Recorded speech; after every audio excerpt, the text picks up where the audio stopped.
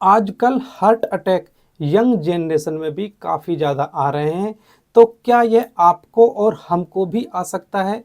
किस तरह से यंग जनरेशन और जिम हार्ट अटैक की समस्या को रोका जा सकता है? और आप लोगों के मन में सवाल होगा, क्या मेरा हार्ट हेल्दी है? क्या मेरा दिल ठीक से काम कर रहा है? क्या मैं फिट हूँ? ये हम कैसे पता कर सकते हैं? आज हम इसी के बारे में इस वीडियो में बात करेंगे। सडनली आपको पता चलता है कि किसी आपके जानकार को हार्ट अटैक आ गया है। कल तक तो वो बिल्कुल ठीक था, फिट था, उसका हार्ट बिल्कुल सही था। आज वो अचानक कैसे खराब हो गया? इसका क्या मतलब है? बीमारी अंदर ही अंदर बढ़ती रहती है। आम आदमी को इसका पता ही नहीं चलता है। पर बीमारी के जो कारण हैं वो आपके आसपास ही रहते हैं, लेकिन अक्सर लोग उन्हें नज़रअंदाज करते रहते हैं। हार्ट अटैक कब आपको आता है? हार्ट अटैक का क्या कारण है? और हार्ट अटैक की बीमारी को कैसे कन्फर्म किया जा सकता है? आज हम इसी के बारे में इस वीडियो में बात करने वाले हैं। आज की इस वीडियो में बहुत कुछ नया सीखने वाले हैं, नया जानने वाले हैं। तो प्लीज़ वीडियो को बिल्कुल भी स्किप ना करें, अंत तक ज़रूर देखें। वीडियो में बताई गई जानकारी ज़रा भी अच्छी लगे तो वीडियो को एक लाइक दें। चैनल पर पहली बार आएँ तो प्लीज़ चैनल को सब्सक्राइब करें। साथ में आपको बेल आइकन ज़रूर दबाना है, जिससे आगे आने वाली हर नई वीडियो का नोटिफिकेशन सबसे पहले आपके पास पहुंचे। बेसिकली यदि आपको मलेरिया हो गया है तो उसका एक कारण है प्लाज्मोडियम वाइवेक्स, और आपको टाइफाइड हो गया है तो उसका भी एक कारण है बैक्टीरिया सैल्मोनेला। और इनमें आप एंटीबैक्टीरियल और एंटी मलेरियल दवाई खाने के बाद ये अब बीमारी आपकी बिल्कुल सही हो जाती हैं।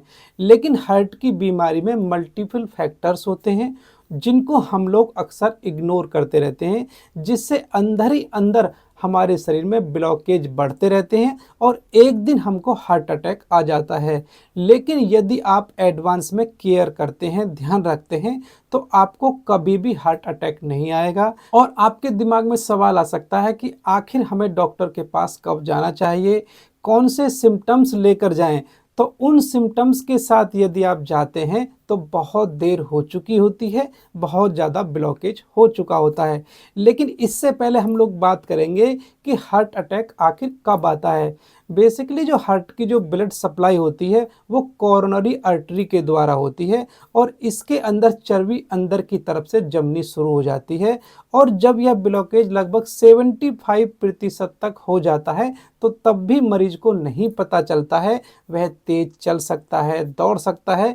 30% की जो आर्टरी है वो अभी भी खुली हुई है और वो अपना काम कर रही है। और जिस दिन 30% के अंदर भी कोई क्लॉट जम गया, क्लॉट फंस गया, तो उस दिन आपको हार्ट अटैक 100% आ जाएगा। क्लॉट फंसने का क्या कारण है, क्या आपको इसके बारे में मालूम है? यदि हम इसके बारे में बात करें, ब्लॉकेज के अंदर एक जो पर्दा होता है जो कि एक फैट का बना होता है, और उसी के अंदर कोलेस्ट्रॉल जमा होता रहता है और वो ब्लॉकेज धीरे धीरे बढ़ता रहता है। और जैसे ही ये आपका पर्दा फटता है, उसमें से कुछ जो ब्लॉकेज है वो निकलकर आर्टरीज को ब्लॉक कर देता है, और 30% जो खुली हुई थी उसको भी बंद कर देता है, और 70% हमारा पहले से ही ब्लॉक था।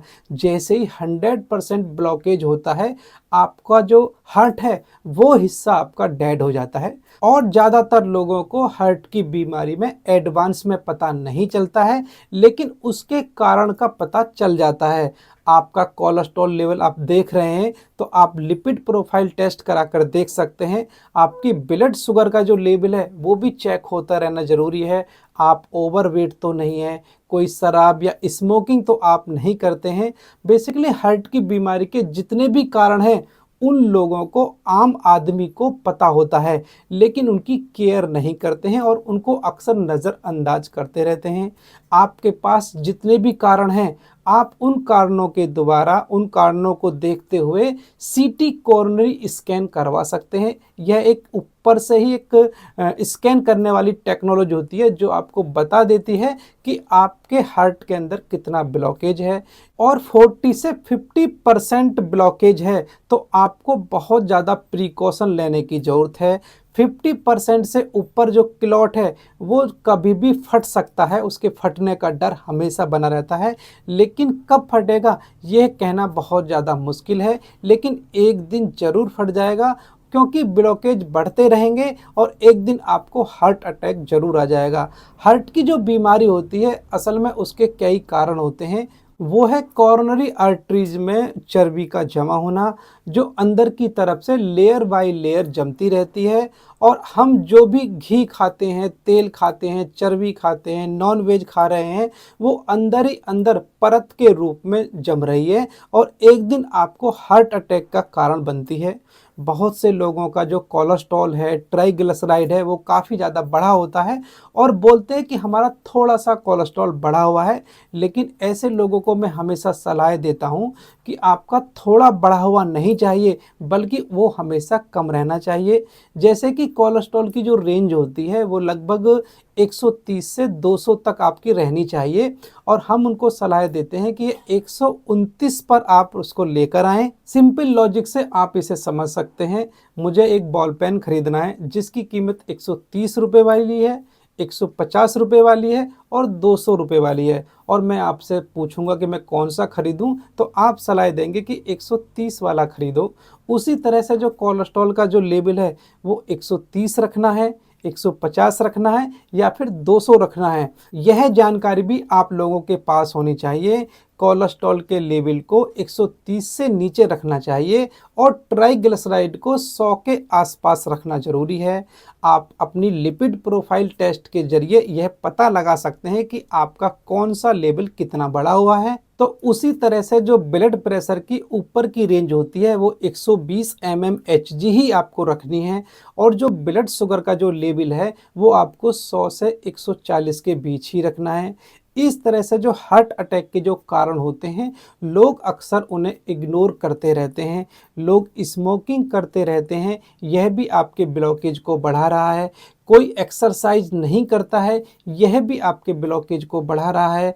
कोई बहुत ज़्यादा टेंशन लेता है, वह भी आपके ब्लॉकेज को बढ़ा रहा है। बहुत ज़्यादा तेल का आप इस्तेमाल करते हैं तो वो भी आपके ब्लॉकेज को बढ़ा रहा है। तो इस तरह से आप, हम और सभी इस वीडियो के माध्यम से कोलेस्ट्रॉल के लेवल को, ट्राइग्लिसराइड के लेवल को, ब्लड प्रेशर को, ब्लड शुगर को, खान पान, रहन सहन, वजन कम करना, स्मोकिंग ना करना, यदि ये सब हम कर लेते हैं तो हार्ट अटैक की समस्या आपको कभी होगी ही नहीं। आपने अक्सर देखा होगा कि हार्ट अटैक यंग एज में भी काफ़ी ज़्यादा हो रहे हैं। जो फिल्मी एक्टर्स हैं वो भी यंग एज में उनकी मौत हो रही है। बेसिकली जो ये प्रोमिनेंट पर्सनैलिटी होती हैं वो अपनी फिटनेस पर बहुत ज़्यादा ध्यान देते हैं, एक्सरसाइज करते हैं, जिम जाते हैं, और ऐसे में लोगों को लगता है कि हम भी एक्सरसाइज कर रहे हैं, जिम जा रहे हैं और यंग भी हैं, तो क्या हमको भी अब हार्ट अटैक नहीं आएगा। तो इसका भी बस एक सिंपल सा लॉजिक है, बिना कारण के कोई भी चीज़ नहीं होती है। और हम लोगों में ज़्यादातर देखा है कि जितनी भी जो सेलिब्रिटीज होती हैं इनकी लाइफ में 2 3 4 चीज़ों की जगह केवल एक प्रॉब्लम चलती है, वो है बहुत ज़्यादा स्ट्रेस का लेना। यूजुअली इनकी जो लाइफ होती है उनमें देर रात तक खाने खाना, अल्कोहल का इस्तेमाल करना, मीट का इस्तेमाल करना, फैटी फूड का इस्तेमाल करना, और दिन में उनको फिट रहना भी होता है। तो वो सब कुछ करते हैं और अंदर ही अंदर फैट का इस्तेमाल भी करते रहते हैं। लिपिड प्रोफाइल बहुत ज़्यादा गड़बड़ होने की वजह से हार्ट की बीमारी का खतरा काफ़ी ज़्यादा बढ़ जाता है। बहुत से लोगों को डायबिटीज होता है, ब्लड प्रेशर होता है, वो दवा से उसे कंट्रोल रखते हैं या फिर नहीं भी करते हैं, लेकिन बाहर में वो हमको नहीं दिखता है। और अक्सर हम लोगों को लगता है कि बड़ा ही हेल्दी आदमी है, लेकिन अंदर ही अंदर हार्ट की बीमारी उसके अंदर बढ़ रही होती है।